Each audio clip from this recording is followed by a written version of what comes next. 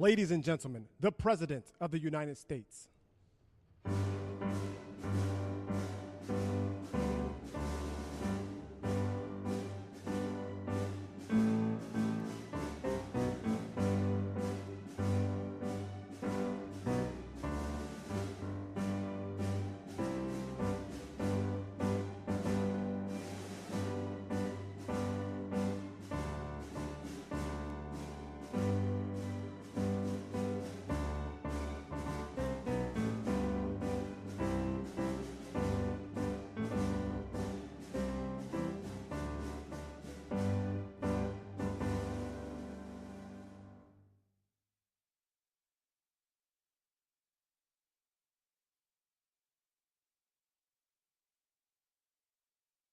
We've had some exciting days in the last week, I would say, mostly good. Some of the things you're reading about in Los Angeles, thank goodness we sent out some wonderful National Guard. They've really helped, and a lot of problems they were having out there. They were afraid to do anything, and we sent out the troops, and they've done a fantastic job. So I want to thank them very much. I also want to thank you for being here as we discuss one of the most exciting parts of the One Big Beautiful Bill. It is indeed a big, beautiful bill, and it's doing very well. The Trump Accounts, as they call it, pilot program, which will make it possible for countless American children to have a strong start in life at no cost to the American taxpayer. Absolutely no cost. It's going to have a huge impact. I want to thank House Speaker Mike Johnson for, number one, being a great speaker, and number two, perhaps slightly less important, for being here today. Thank you, Mike. Along with Chairman Jason Smith, who's fantastic, and Representatives French Hill, August Pfluger, Blake Moore, Rob Bresnahan, and Frank Lucas. Thank you all, fellas. Thank you very much. We appreciate it very much. Thanks as well to many top business leaders from Invest America, CEO, Council. It's been a wonderful council. They've come up with some fantastic ideas. We're putting them into use. They're really the greatest business minds we have today. These men and women lead large, successful companies, and they're committed to contributing millions of dollars to the Trump account. And it's really, it's going to be something incredible for children and for their employees in many cases. Here's how the accounts work. For every U.S. citizen born after December 31st, 2024, before January 1st, 2029, the federal government will make a one-time contribution of $1,000 into a tax-deferred account that will track the overall stock market. In other words, it'll be pegged to an index that we'll pick. Right, Michael? We'll pick it. We'll pick a good one. Maybe you should be the index. I'd like to have that. These kids would be very wealthy if that were the case. That would be a good idea. I think we might do that, Michael Dell. These accounts will be private property controlled by the child's guardians, and in many cases, those guardians will be the parents. We think probably the parents will be the guardians. They'll be open for additional private contributions each year from family, friends, parents, employers, churches, private foundations, and more. This is a pro-family initiative that will help millions of Americans harness the strength of our economy to lift up the next generation, and they'll really be getting a big jump on life, especially if we get a little bit lucky with some of the numbers and the economies into the future. In addition to the substantial financial benefits of investing early in life, extensive research shows that children with savings accounts are more likely to graduate high school and college, buy a home, start a business, and are less likely to be incarcerated. Trump accounts will contribute to the lifelong success of millions of newborn babies. They are fully, and this will be very interesting, I think, for everybody to hear, they are fully funded through targeted reforms in the One Big Beautiful Bill, like the $1.7 trillion in mandatory savings, welfare reforms to stop waste and fraud, a 3.5% remittance tax, and more. And it's just a part of that. The One Big Beautiful Bill is among the most important pieces of legislation in our country's history. I don't think there's ever been anything bigger. And I think it's going to go down as certainly one of the most important things we'll ever have done. in addition to the largest tax cuts in the history of our country, including the most powerful border security measures ever, it delivers major economic relief to the American workers, families, and there are so many things. Rebuilding our military, we built it just 8 years ago. We started and did a great job, but now we have to rebuild it again, plus technology change. All of a sudden, it's about drone.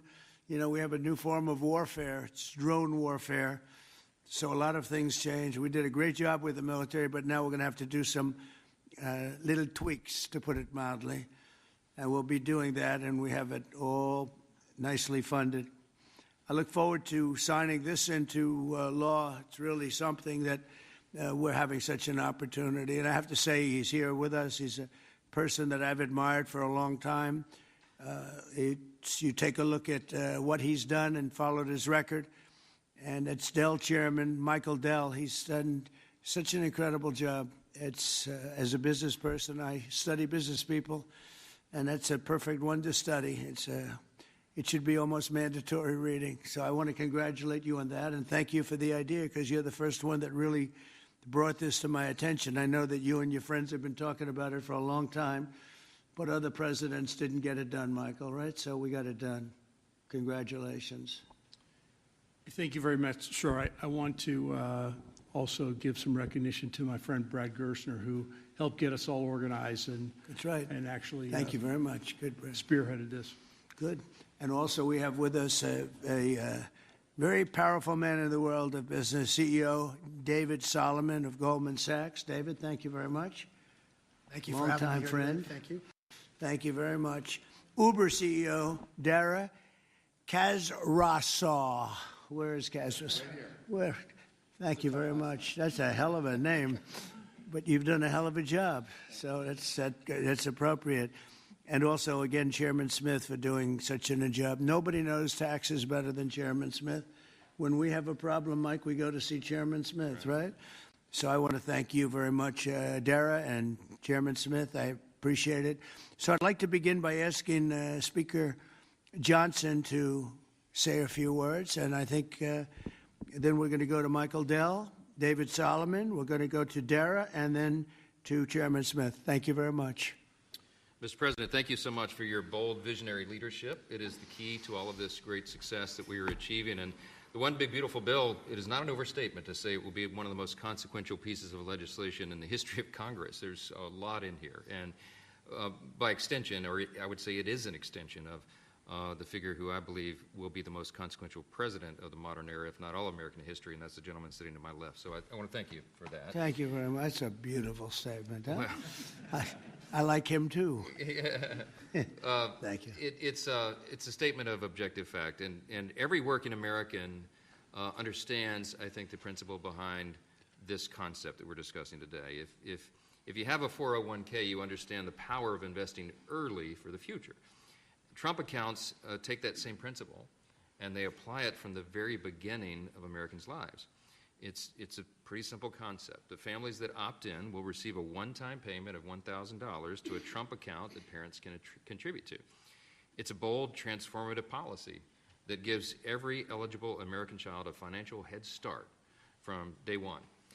Republicans are proud to be the party, we always have been, that supports life and families and prosperity and opportunity. And Trump accounts are all about setting up the next generation for success. For future Americans, this early investment could really be the game changer. It could be a difference. It could pave the way for paying their way through college or buying their first home or starting a business, even when they're young. So even $1,000 at birth will put these Americans in a better position than over half of American adults who sadly have no retirement savings at all. So this would be a remedy to that great problem. And it will encourage the free market. It will encourage investment and understanding of capitalism. All these things that we want to foster among the American people so that the economy and individual lives can flourish. Of course, none of this happens unless we pass our One Big Beautiful Bill through Congress. And we have at stake the largest tax increase in American history if we fail to deliver. And we will not have this rocket fuel to the U.S. economy, and that's why this is so very important. Passing this pro-growth legislation will help every single American From Trump accounts, this is one of the components of it, to eliminating taxes on tips and overtime, to reducing red tape on Main Street. And the One Big Beautiful Bill is going to drive prosperity. It's going to create jobs across the country. It will make all boats rise. Wages will go up. Job participation levels will go up. We'll have more opportunity, more economic opportunity for more people. So you can climb up that ladder to the next step. The typical family with 2 children is going to see their take-home pay increase by up to $13,300 a year. That's real money to real people. This legislation is geared for hardworking Americans, and it is going to help everybody. And we are excited to deliver it. It can't happen soon enough. We are very close now to that finish line. After about 14 months worth of work that's gone into this, we're excited that we're almost there. Mr. President, thanks again for your leadership, to all the great leaders around this table for all that they invest to our economy and our country and its government. And I will, as we say in the House, I'll yield back. Thank you very much, Mike. I appreciate it. And again, for a great job. Thank you very much. Michael, please. Thank you so much, Mr. President. I believe this is an incredible moment for all of us here today, and it's wonderful to be with some of the leaders of the most successful companies in the world as we come together to invest in the future of our country. We see the Invest America Act and the establishment of these Trump accounts as a simple yet powerful way to transform lives. Decades of research have shown that giving children a financial head start profoundly impacts their long-term success. With these accounts, children will be much more likely to graduate from college, to start a business, to buy a home, and achieve lifelong financial stability. Dell Technologies is proud to be one of the very first companies to support the Invest America Act, a bill that provides every child with a $1,000 seed investment account at birth. This is a straightforward step with enduring benefits. Following your inspiring lead, Mr. President, Dell Technologies will match the government's contributions, dollar for every child born to a Dell team member. This isn't just a new benefit. This is an investment in our people, their families, our communities, and America's future. And it embodies our core belief that opportunity should begin at birth. My wife, Susan, and I, also through our family foundation, have been closely studying the Invest America Act. And assuming that it becomes law, we expect to make a very significant gift. We view this initiative as a powerful platform for philanthropic innovation aimed at helping children thrive wherever they come from, particularly those families who have been historically left behind. Mr. President, you articulated it perfectly. These Invest America accounts will give every new American child a genuine opportunity to participate in history's greatest engine of economic growth, the American economy. The funds in these accounts invested in American enterprise and innovation will grow over time into substantial nest eggs, providing support for education, home ownership, and starting families. The ability of families, friends, benefactors, and employers to match the government's generosity amplifies the life-changing potential of this initiative. Thank you, Mr. President, for your visionary leadership on this critical issue. These Invest America accounts will profoundly impact countless young Americans, ensuring they truly benefit from what Abraham Lincoln described as the right of every American, the right to rise. Thank you. Thank you very much, Michael. And we really have come a long way since you came to see me about 6 months ago with your beautiful wife. We had a nice talk. I said, that sounds pretty good. Let's think about that. And it's everybody I've spoken to about it, they can't even believe it. And because of great politicians and political leaders like we have, I think this is going to go quickly, very well and very quickly. So I appreciate it. Thank you very much. David Solomon, please. Thank you, Mr. President. I'm thrilled to be here with everyone and excited to participate in this important and timely discussion. I'd also like to acknowledge the efforts of so many in Congress on this very significant issue, and in particular the members here, and particularly the leadership of Senator Cruz and Representative Moore, who have played a big role in helping drive this forward. We also wouldn't be here today without the leadership of Brad Gersonner and Michael Dell in really having the vision, the energy, the passion, the commitment to help move this forward. So thank you both. There are many reasons why the United States has the largest and most dynamic and most innovative economy in the world. But one of the most important is the fact that our system of democratic capitalism incentivizes a culture that does not penalize people for taking risks. In fact, it incentivizes people to have a vision to go out and attract funding that's necessary to make their vision a reality. It is no mistake that many of the most important and innovative companies in the world today started in a parent's garage or on a college campus or in any one of a number of unlikely places in the United States. One of my worries is that our current and future generations of young people don't fully appreciate and aren't as educated as well as they can be on markets and capitalism. And while capitalism is not perfect, it helps fuel the American dream. This initiative gets at the core of binding those future generations to the benefits and the potential of America's great companies and markets. Early childhood investments have far-reaching benefits, and Goldman Sachs is proud to support this initiative. This is an exciting opportunity for public-private partnership and for both communities and companies to invest in young people, the future of America. Once we see the Invest in America Act signed into law, Goldman Sachs would be excited to further support this Invest in America initiative. We believe passionately in our capital markets. They're an enormous competitive strength for the United States, and we know that our economy's future vitality is dependent on young people understanding the power of investing for the long term and sharing in the benefits of ideas that bring value to the lives of people around the world. Thank you, Mr. President, for helping drive this forward, and I look forward to continued partnership on this effort. Thank you very much, David. Dara, please. Thank you. Good afternoon, everyone. Thank you, Mr. President, for hosting us here today. It's an incredible honor to be here in a place that symbolizes the very opportunity that has defined my life. Thank you, Brad. Thank you, Michael, for your vision. We all strive to build something that lasts, and the Invest in America Act is a legacy that is going to last for generations. President Trump, thank you for your leadership. Your support is going to turn this powerful idea into a powerful reality for millions of young Americans. Now, I was 9 years old when I came to this country. My family arrived in America having fled the Iranian Revolution. We had lost everything that we had built. But we gained something far more valuable here. We gained a chance to rebuild again. We had a close-knit family, we had access to world-class education, and we had the one thing that fuels every American dream, and that's hope. So what if we could bottle up that hope? What if we could give that same power of hope, real, tangible hope, that comes from having a stake in your own future and a stake in the best companies in the world, to every single child that's born in this country? That's the promise of the Invest America Act. It's not just an account, it's a launch pad. It puts the unstoppable engine of compounding to work for our kids, building a future for them from day one. This mission is personal to me, and it's core to us at Uber. Every day we see people using our platform to create opportunities for themselves, to save for a home, to pay for tuition, to build their own American dream one trip at a time.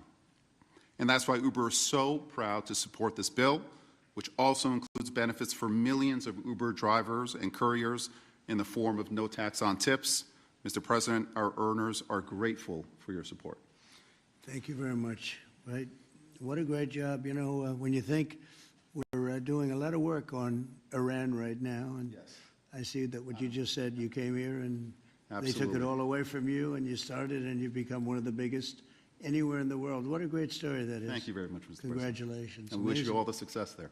Thank you very much. We'll need it. We're going to need it for that. That's it. They're tough negotiators. They're great negotiators. Yes. Among the best. Look at Yes. you. Thank you very much. Thank you. Appreciate it, Dara. Jason, please.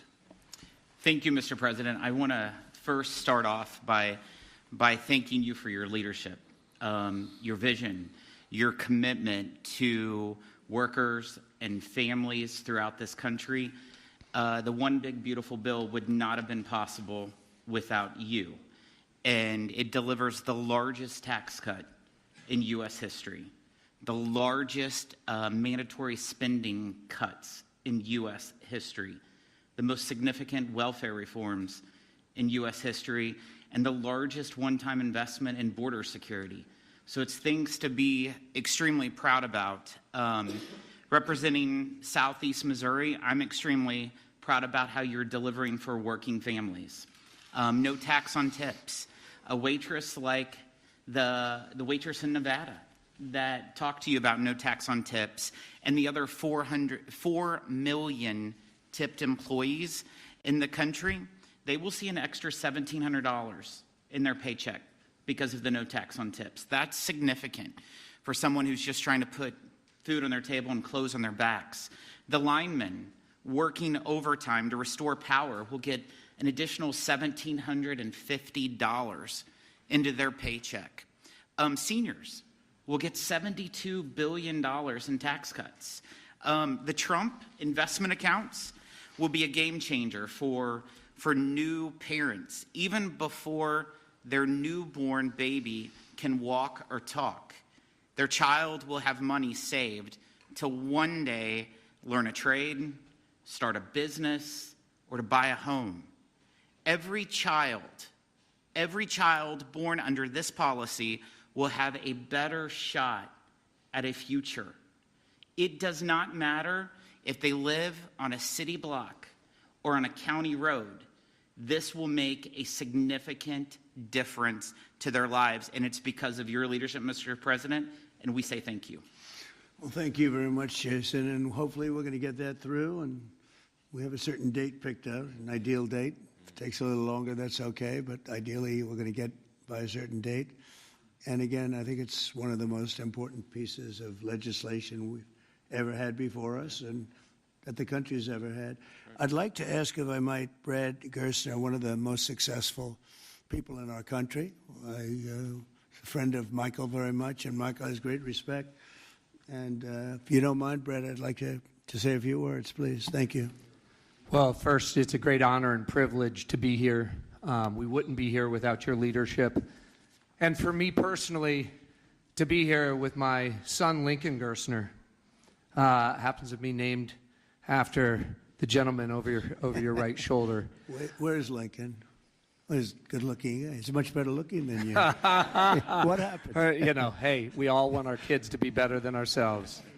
But it was around our small kitchen table that this idea was really born. I started off like Jason Smith in a small rural town in Indiana. My dad had lost everything in 1978 trying to start an auto parts company, and the Japanese were tearing apart our auto industry. We had double-digit interest rates and inflation. Our family mortgaged the house to keep the company going and ultimately lost everything. So I know a little something about starting with nothing. And I know what it felt like that first time you had a little skin in the game, where you thought you had a shot. You went from nothing to something. And like Dara said, that is the great story of America. The promise that there's mobility, the promise we can move up that ladder. But today, we've moved to a society of dependency, right? I saw somebody answer the White House's tweet on this today by saying the answer to socialism is more capitalism. This is more capitalism. Yeah. This is aligning every child in America with the upside of free markets and the benefits. And that is your Main Street agenda, Mr. President. No tax on tips, that doesn't help rich folks. That helps the people who feel left out and left behind. No tax on overtime, no tax or deduction on Social Security, and the Trump accounts, right, that everybody in this room are here and we've been working so hard on but would never come to fruition without your leadership. Those will change the game forever.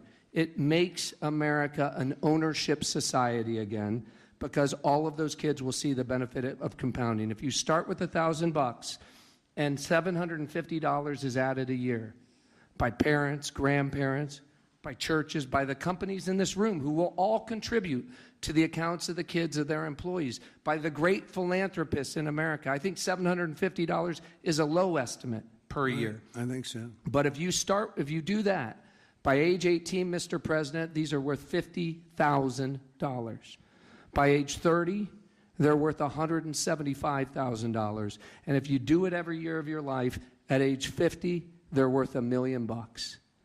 You are giving the shot for every American to feel like they're in the game again, part of America with that economic mobility, that dream that led Michael Dell to start Dell Computer in his dorm room, Dara to feel like he had a shot after coming here from Iran, and a couple poor kids from Missouri and Indiana to make it to where we are today. So thank you for your leadership. This would not happen without the reconciliation bill and the work of the many in this room, but spearheaded by the Speaker and Jason Smith, the big, beautiful bill. This is the vehicle to get the Invest America Act passed. So thank you, sir. Thank you very much, Brad. Great job. And nobody knew I was going to call you. He might have done the best job of the group. I've got to think about that, Mike. Good recommendation, Michael. Does anybody have any questions? I think it's something that's really got to be talked about because it's somewhat of a miracle that we're close to pulling it off. Please. What's the latest estimate on when you think the big, beautiful bill will pass? We put Independence Day as a self-imposed deadline, and we certainly hope, I believe, we can still meet that. It's up to the Senate. The bill's in the Senate's hands now, but I spoke with Leader Thune as recently as last night. He's feeling very optimistic. You see the Senate going through the same deliberations we went through in the House, except we had 14 months to do it. They've got a truncated time period to get that done. But as you all know, I've encouraged my dear friends and colleagues over there, don't modify it too much because we've got a very delicate balance that we reached, and it took us a long time to get there. And we don't want to upset that balance too much. So they're putting their fingerprints on it. I hope it'll be a light touch, and they'll send it back, and we'll get this thing done and get to the President's desk. And really, we have tremendous spirit. I've never seen anything like it. There's just an unbelievable. We'll always have a couple of people. I don't want to use the word grandstanders. I'd never use such a word, but you'll always have that a little bit. But maybe you won't even have that. Who knows? There's tremendous spirit for this bill. I think like we haven't seen very much, Jason, right? We haven't seen too much. So I think it's going to go pretty quickly. Prime Minister Netanyahu, you just mentioned Iran. Did you discuss Iran? Very Did you well. discuss the Discussed Gaza war? Yeah, we discussed a lot of things, and it went very well, very smooth. We'll see what happens. You know, we're trying to do something with a country we just spoke about, Iran. I think you should negotiate this. You might be better. I think I'm going to send you today. What a good idea. This could have been the idea of the day. We'll have Dara get up and negotiate. They are good negotiators, but they're tough. Sometimes they can be too tough. That's the problem. So we're trying to make a deal so that there's no destruction and death. And we've told them that, and I've told them that, and I hope that's the way it works out. But it might not work out that way. We'll soon find out. Yeah, please. In 2020, when you were talking about unrest in American cities, you said, quote, "We have to go by the laws. We can't call in the National Guard unless we're requested by a governor." What changed now? Why is this situation different to not consult with Governor Newsom about this? Well, the biggest change from that statement is we have an incompetent governor. So I talked about governors, but I didn't talk about he's an incompetent governor. Look at the job he's doing in California. He's destroying one of our great states. And if I didn't get involved, if we didn't bring the Guard in, and we would bring more in if we needed it, because we have to make sure there's going to be law and order. You had a disaster happening, and they now admit it was a disaster. I watched the chief yesterday, who's a good man, by the way, and he said, "Wow, we're lucky we did this because they were overwhelmed. You saw what was happening." So we did the right thing. Everybody agrees to that. But you have a governor who let the city burn down, didn't want water to be sent down to him. And I sent billions of gallons of water. I wanted to do it in the first term. He wouldn't do it over, I don't know, they have environmental reasons, but there were no environmental reasons. I think it's just a political philosophy. But it's lucky for the people in Los Angeles and in California that we did what we did. We got it just in time. It's still simmering a little bit, but not very much. Yeah, please. And what crime has he committed that would warrant his arrest? What crime has Governor Newsom committed? A crime has he committed? Yeah, to warrant his arrest, as you I think his suggested primary crime is running for governor because he's done such a bad job. What he's done to that state is like what Biden did to this country. And that's pretty bad. It's the wrong philosophy. Thousands, hundreds of thousands of illegal immigrants, many of them prisoners. They're taking up your health care. They're taking up your space in schools. They're taking up your hospital. And in many cases, they're criminals. And we have to do something about it. And we're doing something about it. I want to thank the incredible patriots of ICE and Tom Homan, who has been incredible, and Kristi Noem, likewise incredible. the job they're doing. And it's like an unforced error. There was no reason for this. 21 million people were allowed into our country, and many of those people were criminals. And it's a shame. It's a shame. But we're getting them out. And I will say, I think it's a 95-5 issue, just like so many other issues, 95-5.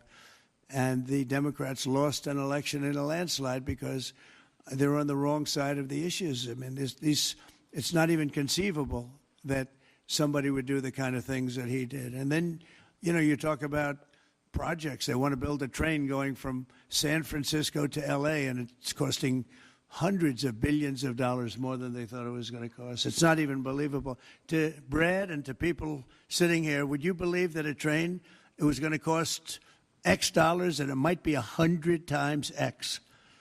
Would have paid for this for about 50 million American children. You're right. 50 million American children instead of a 3-mile train track that never got built. We could have put Lincoln in charge with no experience. He would have done a good job. I guarantee you that. All right, please, Peter. Mr. President, have you gotten an update from your negotiating? Thank you, President Trump. So it seems like Gavin Newsom likes the attention that he's getting right now from you. I do. Yeah, I think it seems like he does. If you look at recent history, somebody who was running for president, who got arrested and had a mugshot, you could make the argument that politically that wound up helping you. Are you worried at all at this moment that talking about him getting arrested could be helpful to his political prospects? Because a lot of people think he wants to be sitting right where you are. Well, in my case, it was a witch hunt, and everybody knew it. And I was able to explain that during the process. Otherwise, I wouldn't be sitting here right now. And it was a total witch hunt. It's proven to be a witch hunt, and you see what's happened. In his case, it really is very obvious. You look at what's happened between the fires, I could name 10 things right now. We talk about the trains. We talk about all of the costs in California. You talk about all of the people that are flowing in, destroying life for everyone else. So, no, I don't think it's going to help him. I think it's actually very bad for him. And right around the time that we were walking in here, the governor and the state attorney general said that they're going to sue you for sending the National Guard in. They're saying there's no invasion, there's no rebellion. The president is trying to manufacture chaos and crisis on the ground for his own political ends. Federalizing the California National Guard is an abuse of the president's authority under law. Well, it's interesting. You watched the same clips as I did. Cars burning all over the place, people rioting. And by the way, we stopped it. We were able to make it much better, but it still looked pretty bad. And in watching clips last night, people were saying this is really a big problem. And until we went in, if we didn't do the job, that place would be burning down just like the houses burned down. They were in big trouble last night, Peter. You know it. And the night before, and the night before that. And I feel we had no choice. I don't want to see happen what happened so many times in this country. I watched Minneapolis burn. Look at what happened in so many different parts of California. You take a look at what happened in San Diego. There's so many different places where we let it burn. We want to be politically correct. We wanted to be nice. We want to be nice to the criminal. And what you're doing is destroying the fabric of our life in this country. No, we did the right thing. We've been given credit by people that I would least suspect. Why I would say that some of the people that came in and said, thank goodness, they said, some of them, thank God that Trump got involved. And I'm very happy I got involved. And I think Gavin, in his own way, is probably happy I got involved. Yeah, go ahead, Peter. What do you make of the fact that he says you want a civil war on the streets of America? No, it's just the opposite. I don't want a civil war. Civil war would happen if you left it to people like him. And I liked him. I always got along with him. Never had a problem with him. But he's grossly incompetent. Okay.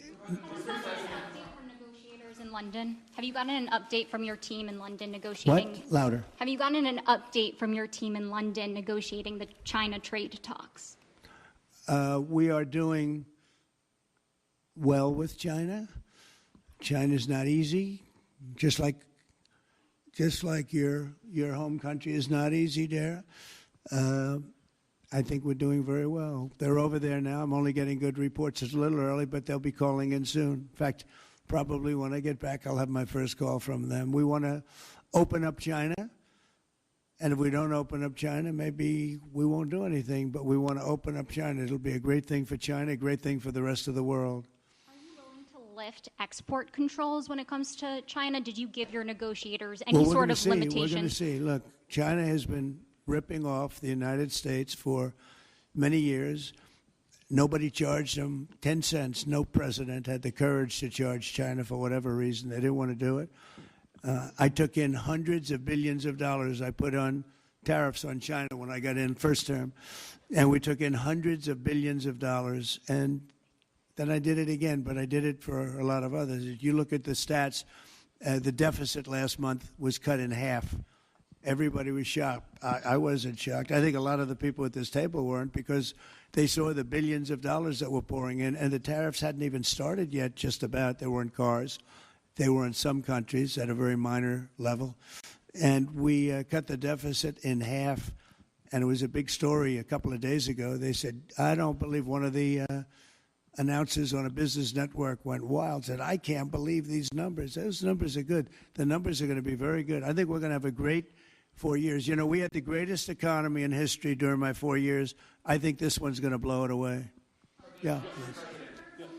President, go ahead, please. Do you have a message for Greta Thunberg, and did she come up on your call with the Prime Minister today? Well, she's a strange person. She's a young, angry person. I don't know if it's real anger. It's hard to believe, actually, but I saw what happened.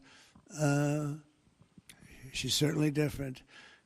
Anger management. I think she has to go to an anger management class. That's my primary recommendation for her. Was she kidnapped by Israel, as she says? Was she kidnapped? I find it. I think Israel has enough problems without kidnapping Greta Thunberg. And secondly, are you going to Is that what she said? She was kidnapped by Israel? Yes, sir. Are you going to get rid of the Tesla and the Starlink service that you have here at the White House? No, I haven't heard that. I mean, I may move the Tesla around a little bit, but I don't think we'll be doing that with Starlink. It's a good service. Where are you going to move it to? Move it around. What do you mean? I have a lot of locations. Actually, about the Tesla. I got so many locations, I don't know what to do with them all. About the Tesla, did you ever see Elon Musk get physical with the Treasury Secretary? No, I didn't. And I tried to They ask... did have an argument, but I didn't see I didn't see a lot of physicality there. And there was this New York Times report that he did not want to talk about, Elon Musk, that alleged that he, towards the end of his time in the White House, was blurring the lines between recreational use of drugs and medicinal. Do you think he ever had drugs here at the White House? I really don't know. I don't think so. I hope not. Look, I wish him well. You understand. We had a good relationship, and I just wish him well. Very well, actually. Yeah. About aid in Gaza, you mentioned now the flotilla. Do you have a response at all about Israel intercepting this boat? And can you give us an update on what's happening to the entry of aid into Gaza right now? We've had people being shot by Israeli forces who are trying to get aid from the Gaza Humanitarian Foundation. Yes. Gaza right now is in the midst of a massive negotiation between us and Hamas and Israel, and Iran actually is involved. And we'll see what's going to happen with Gaza. We want to get the hostages back. That's all I can tell you. Yeah, please, in the back. I'm going back to California briefly. You had said yesterday when asked by reporters that it was not an insurrection taking place, but then on True Social a bit later, you'd said they were insurrectionists. After what you've seen You're talking about in L.A.? Yes, sir, in L.A. I wouldn't call it quite an insurrection, but it could have led to an insurrection. I mean, that was a lot of harm that was going on last night. I watched it very closely. And it was amazing that the job that the National Guard did. And by the way, the police were working very hard also. But, you know, the police are given instructions to be politically correct. I said, no, you don't have to be politically correct. You have to do the job. And on Elon Musk, do you plan to speak to him on the phone anytime soon? I know some. Which one? On Elon Musk, do you plan to speak to him on the phone anytime soon? I haven't really thought about it, actually. I would imagine he wants to speak to me. I would think that. If I were him, I'd want to speak to me. And maybe he's already called. You'd have to ask him whether or not he's already called. But I'd have no problem with it. If he calls you, pick up and speak to him. Well, I don't want to say that, but I would imagine he'd want to talk to me. Mr. President, you were supposed to get a counter. Yeah, please. You were supposed to get a counter proposal from Iran today. Have you gotten that proposal? And what We is have the a main meeting on impediment? Thursday. What, We have a meeting with Iran on Thursday, so we're going to wait till Thursday. and what's for the that main proposal. impediment to getting a deal? Well, they're just asking for things that you can't do. They don't want to give up what they have to give up. You know what that is. They seek enrichment. We can't have enrichment. We want just the opposite. And so far, they're not there. I hate to say that because the alternative is a very, very dire one, but they're not there. They have given us their thoughts on the deal, and I said, it's just not acceptable. The main topic for Prime Minister Netanyahu today when you spoke? I would say, yeah. I don't know what else. I can talk about the weather. Well, you can talk about Lebanon. Pretty much, also, sir. pretty The much that's the Lebanon. main topic. Lebanon is the ceasefire. We talked in about Lebanon also, yeah, we did. What about Lebanon, sir? Well, Lebanon's working very hard. They have a great new ambassador that I put there, a man I know very well. He's very smart. I didn't even know he was Lebanese. And I said, why would you want Lebanon? He said, I was born there. I love it. I love the people. I said, it's very dangerous going to Lebanon. There are some ambassadorships that are wonderful. There are some that are dangerous. I said, Michel, his name is. It's a he, Michel, very elegant man. And I said, why would you want this? And he said, because I love my country and I love those people. I said, it's very dangerous. He goes, I don't care. This is not a man that lived on danger. He's a very successful man from here. And he wanted to be the ambassador despite probably a very dangerous situation he's going into. You see what's going on. But I had great respect for that. He loves that country. He loves it. He was born there. He loves the country. Yeah. Mr. President, you've got a big, beautiful parade coming up on Saturday. We do. What's your biggest expectations for that? Then I've got a second question in regards to Gavin Newsom. Go ahead and talk about the big, beautiful parade.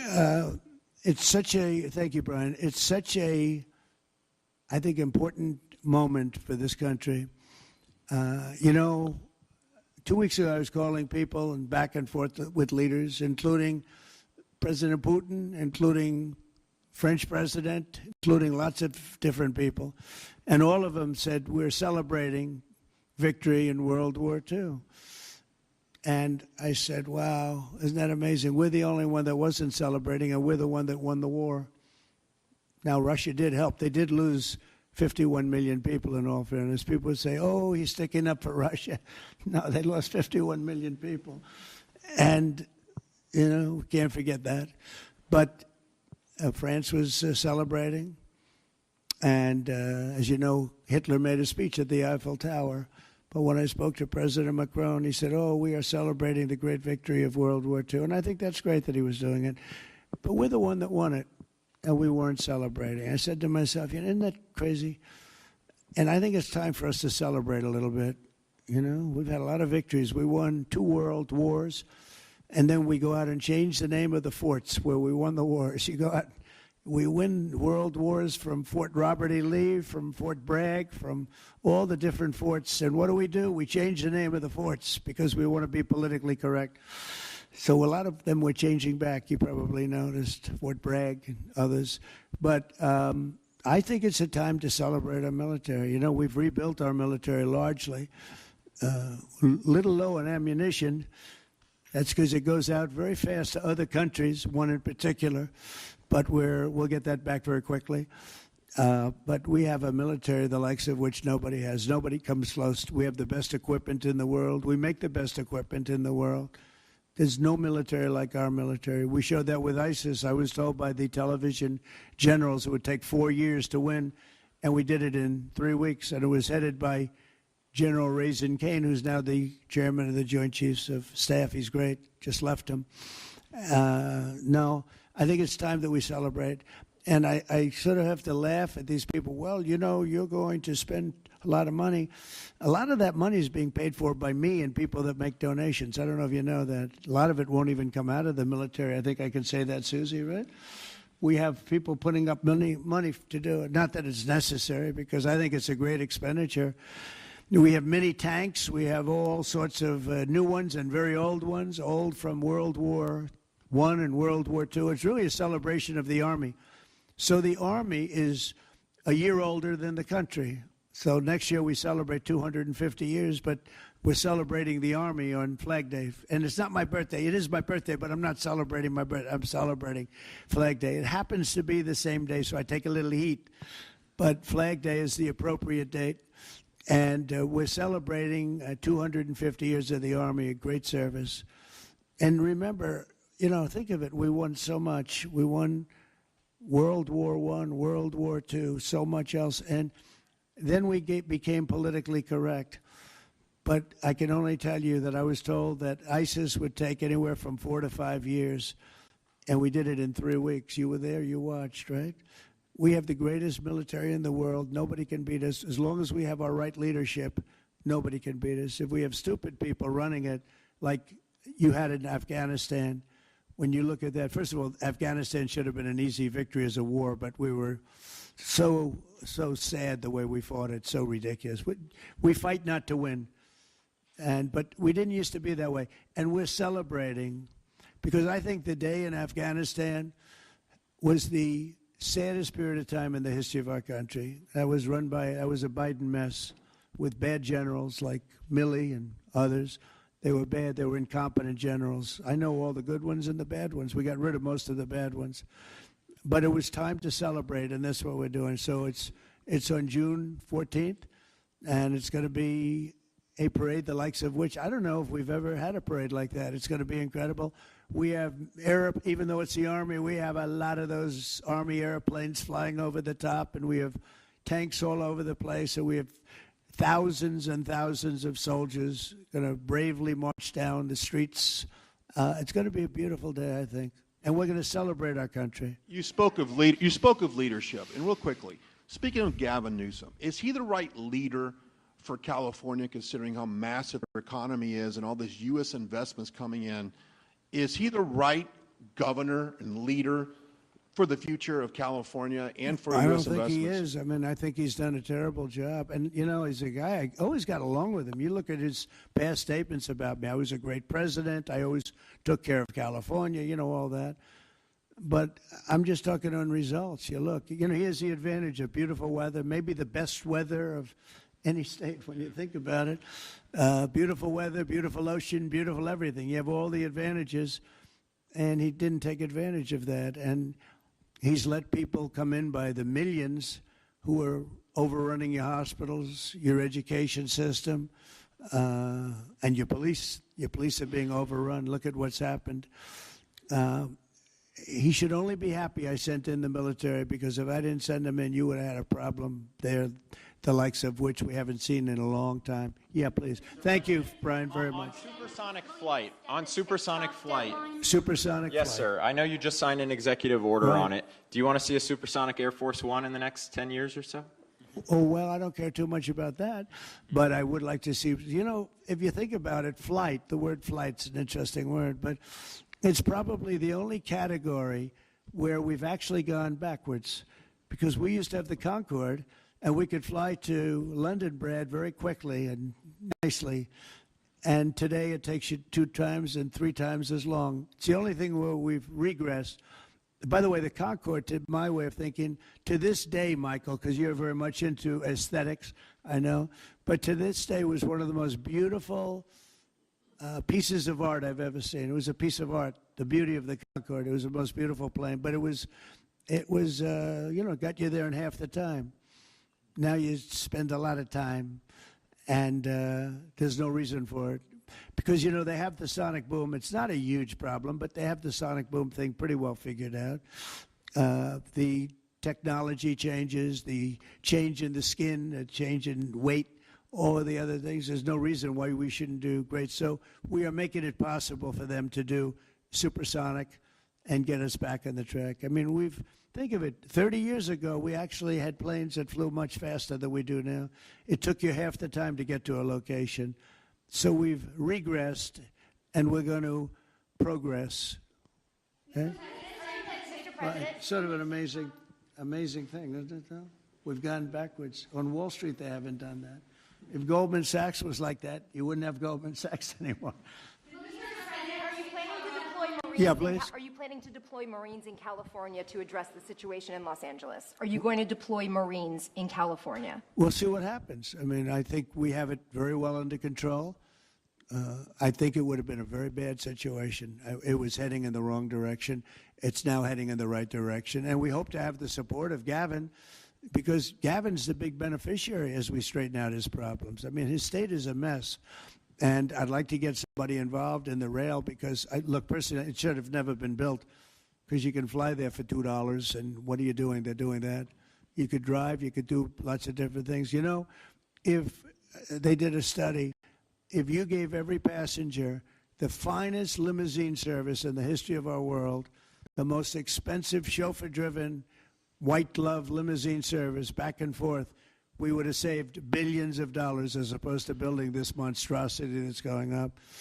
And I've never seen anything. You know, I've seen cost overruns. I'm a person, I've always done well on cost overruns. I don't have them. But I will tell you, I have never seen cost overruns. You see them where they're 20% more, 50%, 100% more. These are thousands of percent. Nobody even knows. They have no idea. And it was supposed to be from San Francisco to Los Angeles.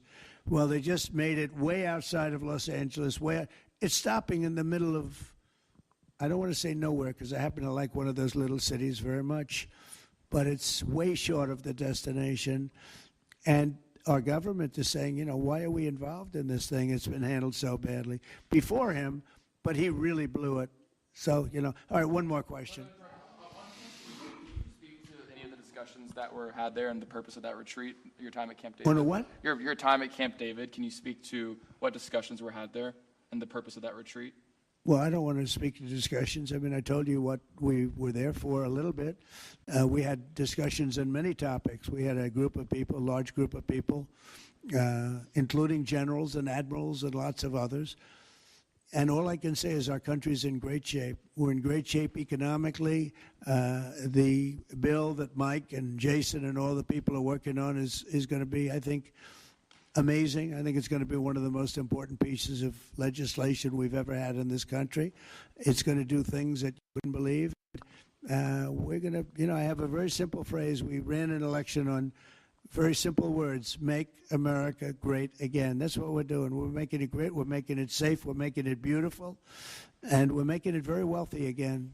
You know, wealth is okay. You need wealth to take care of lots of other people. We have to make our country better. It has to heal from 4 years of abuse. Our country was abused badly by a very incompetent person and a group of people that weren't incompetent, but they were radical left lunatics.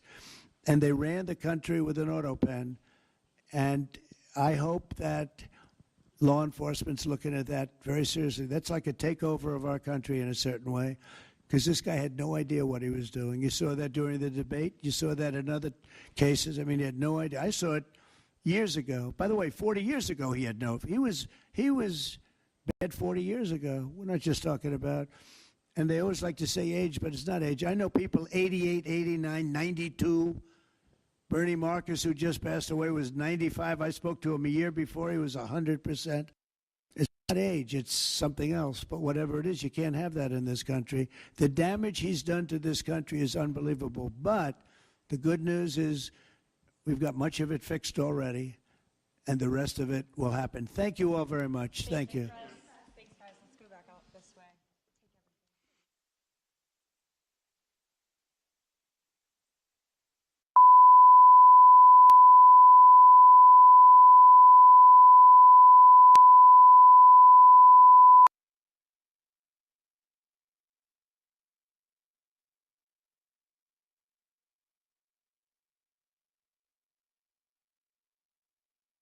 Thank you.